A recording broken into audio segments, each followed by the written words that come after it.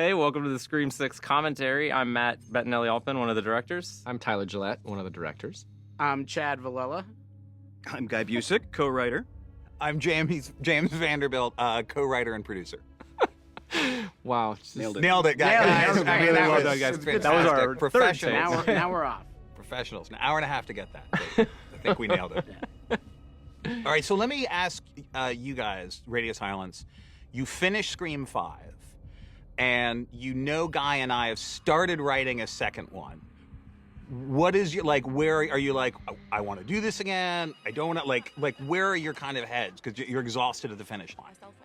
100% ready to jump in. Yeah? And begging William to give us some scrap, some crumb of detail about what was next. And the only thing that he told us was, it's set in New York, and my lips are sealed otherwise. Yeah, that was all we got. That was it. But it was enough. I mean, it was. We were so excited by what that could mean. And that's William Sherrick, my partner, another producer on the movie at Project X.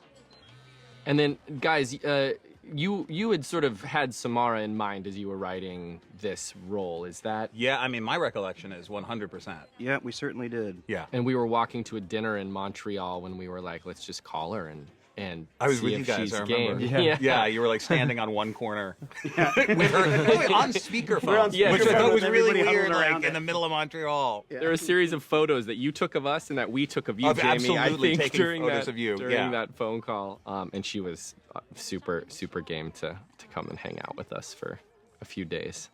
Fun fact: this is Jimmy Warden on the phone and Samara's husband and their dog Muzzy. Jimmy is a dear friend of ours and writer of Cocaine Bear. You know, no. Do you guys remember the conversation about the accent?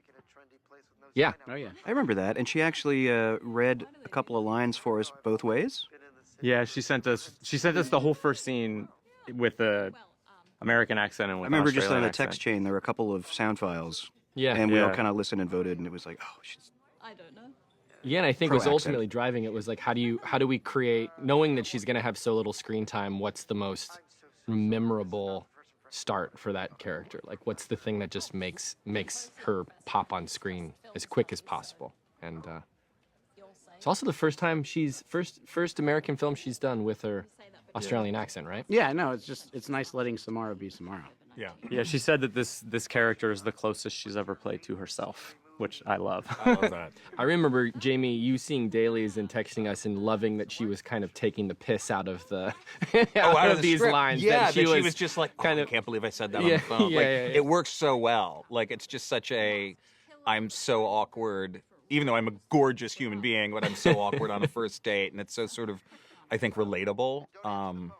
And she does so much in the, I don't know what it is, 4 minutes she's on Yeah. screen. Yeah. It's kind of crazy. A voice for the voice. Guy, do you I mean, I'm trying to sort of think back when we came up with the idea of doing an opening that is a handoff to a ghost face. That was one of the first things we talked I about, think so, right? Yeah. And this was when it was early days. We hadn't mapped out the whole movie yet, but we were just kind of doing our blue sky, like, what do you could we wanna do see? in this movie that's different? What would make this exciting and fun for us? And the first meeting we had, I think, story-wise, was over a Zoom.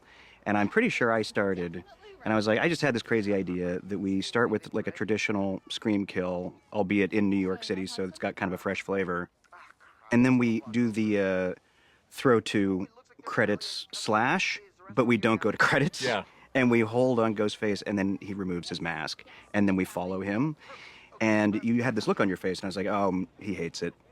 I'm stupid. This is all That's my resting face. his face resting. look, Yeah. So then he holds up a notepad, and written on it is Ghostface takes off mask within first 10 minutes. And I was like, Incredible. oh my God, we were really in We sync were on both. this. That's I amazing. think we share a screen brain, and I also like. I love the idea of opening in an incredibly crowded place Yeah, and having loved the that. audience go, well, how? Yeah. We know she's probably dead meat, but how is she going to be dead meat in a restaurant with 100 people in it?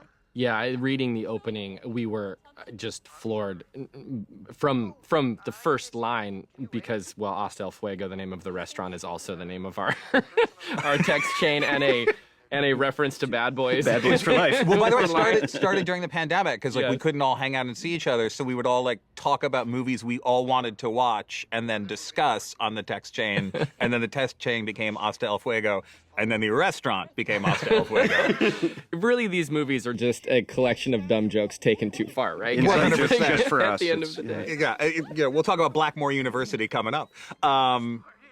So But- this please. was one of the very few alleys that are in Montreal. This was weirdly one of the more challenging locations for us to find. It was really the only one Yeah. that we found. And it has been used a few times. It's been doubled as New York in a few things, but this was a thing. Finding this location, and weirdly talking to Brett, Jamie. I don't know if you I'll know this as well, but there are also very few alleys in New York. Yeah, no, they're not. Well, this is also the world's widest alley, right? It's not. Yeah. You know what I mean? Yeah. Like usually it's like a tiny crevice between buildings, but there aren't that many in New York either. Yeah.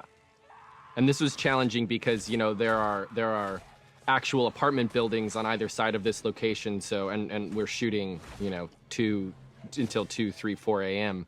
And we've got Samara screaming at the top of her lungs. So we have to essentially pay everyone to go and stay at a hotel if they want to get a good night's sleep. It was And it she's was a got real the challenge. most amazing scream. Most Yep. amazing Too. scream.